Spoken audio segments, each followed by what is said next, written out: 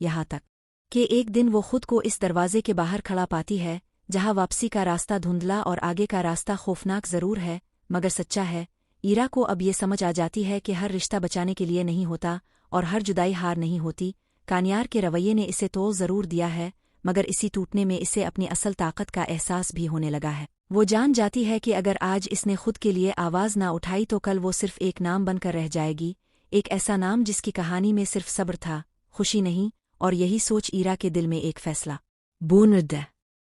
ایرا پر دباؤ اب صرف جذباتی نہیں رہتا بلکہ اس کی سانسوں، سوچوں اور فیصلوں تک سرایت کر جاتا ہے۔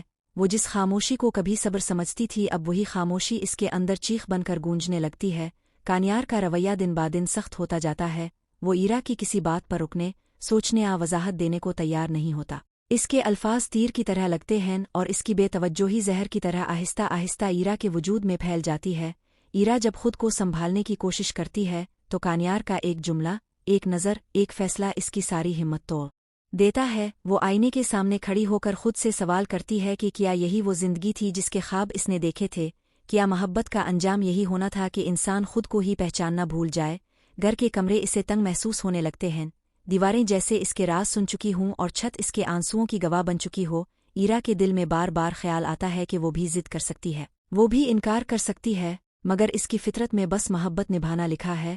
کانیار اس کی اس کمزوری کو طاقت بنا کر ہر بار اپنی بات منوا لیتا ہے۔ ایرا کو سب سے زیادہ تکلیف اس بات کی ہوتی ہے کہ کانیار کو اس کے ٹوٹنے کی پرواہ ہی نہیں۔ وہ ایرا کی خاموشی کو رضا سمجھ لیتا ہے، اس کے آنسوؤں کو ڈرامہ اور اس کے خوف کو فضول۔ ایرا ایک مقام پر آ کر محسوس کرتی ہے کہ وہ اگر اب بھی خاموش رہی تو وہ مکمل طور پر بکھر جائے گی۔ اس کے اندر ایک نئی ایرا جنم لینے لگتی ہے جو ڈری ہوئی ضرور ہے مگر کمزور نہیں۔ وہ سوچتی ہے کہ محبت اگر خودداری کو مار دے تو پھر وہ محبت نہیں رہتی بلکہ قید بن جاتی ہے۔ کانیار کے ہر فیصلے کے ساتھ ایرا کے اندر ایک دروازہ بند ہوتا جاتا ہے، یہاں تک کہ ایک دن وہ خود کو اس دروازے کے باہر کھڑا پاتی ہے جہاں واپسی کا راستہ دھندلا اور آگے کا راستہ خوفناک ضرور ہے مگر سچا ہے۔ ایرا کو اب یہ سمجھ آ جاتی ہے کہ ہر رشتہ بچانے کے لیے نہیں ہوتا اور ہر جدائی ہار نہیں ہوتی۔